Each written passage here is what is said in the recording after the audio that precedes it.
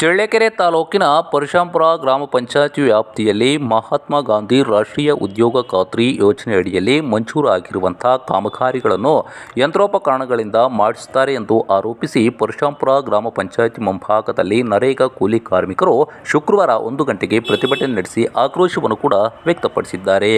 ಚಳ್ಳಕೆರೆ ತಾಲೂಕಿನ ಪರಶುರಾಂಪುರ ಗ್ರಾಮ ಪಂಚಾಯತಿಯಲ್ಲಿ 2024-25ನೇ ಸಾಲಿನಲ್ಲಿ ಅನುಷ್ಠಾನಗೊಂಡಿರುವ ನರೇಗಾ ಕಾಮಗಾರಿಗಳನ್ನು ಇಲ್ಲಿ ಯಂತ್ರೋಪಕರಣಗಳಿಂದ ಮಾಡಿಸುತ್ತಾರೆ ಎಂದು ಕೂಲಿ ಕಾರ್ಮಿಕರು ಆರೋಪಿಸಿ ಗ್ರಾಮ ಪಂಚಾಯತ್ ಮುಂಭಾಗದಲ್ಲಿ ಪ್ರತಿಭಟನೆ ನಡೆಸಿ ಆಕ್ರೋಶವನ್ನು ಕೂಡ ವ್ಯಕ್ತಪಡಿಸಿದ್ದಾರೆ.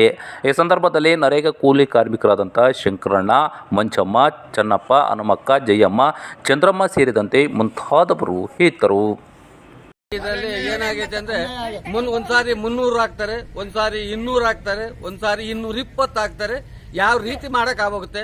ಅವ್ರು ಮೆಜರ್ಮೆಂಟ್ ಕೇಳ್ತಾರೆ, 10 ಅಡಿ 5 ಅಡಿ ಹಿಂಗೆ 5 ಅಡಿ ಹಿಂಗೆ ಅಂತ ಕೇಳ್ತಾರೆ. ಅದ್ರ ಲೆಕ್ಕವಾಗನೇ ತೆಗಿತಾರೆ. ತೀರಾ ಏನೋ ಕೈಲಾಗ್ದಿದ್ದವ್ರು ಒಂದು ಸ್ವಲ್ಪ ಕಡಿಮೆ ತೆಗೆದಿರ್ಬೋದು. ಅದರಲ್ಲಿ 100ರಲ್ಲಿ 2 ಗುಂಡಿ ಚಿಕ್ಕಂ ಬರ್ಬೋದು. ಎಲ್ಲ ಗುಂಡಿನೇನು ಬರೋಲ್ಲ.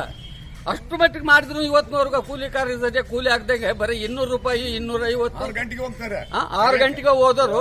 ಅಲ್ಲಿ ಒಂದು ಗಿಡ ಇಲ್ಲ, ಅಲ್ಲೊಂದು ಮರ ಇಲ್ಲ, ಗಿಡ ಇಲ್ಲ, ನಿಂತ್ಕೊಳ್ಳೋಕಿಲ್ಲ. ಬಿಸಿಲು ಕಾರ್ಕೊಂಡು ನಿಂತ್ಕೋಬೇಕು. ಸರಿಯಾದ ರೀತಿಯಿಂದ ನ್ಯಾಯ ಒದಗಿಸಿ ಮೇಗಳ ಅಧಿಕಾರಿಗಳು ಯಾರು ಸಂಬಂಧಪಟ್ಟಿದ್ರು ಅವರು ಇವತ್ತು ಈ ಕೂಲಿ ಕಾರ್ಯಗಳಿಗೆ ಅನ್ಯಾಯ ಆಗಿರ್ತಕ್ಕಂಥ ಸರಿಪಡಿಸಲು ಅಂತೇಳಿ ನಾವು ಮನವಿ ಮಾಡ್ಕೊಂತೀವಿ.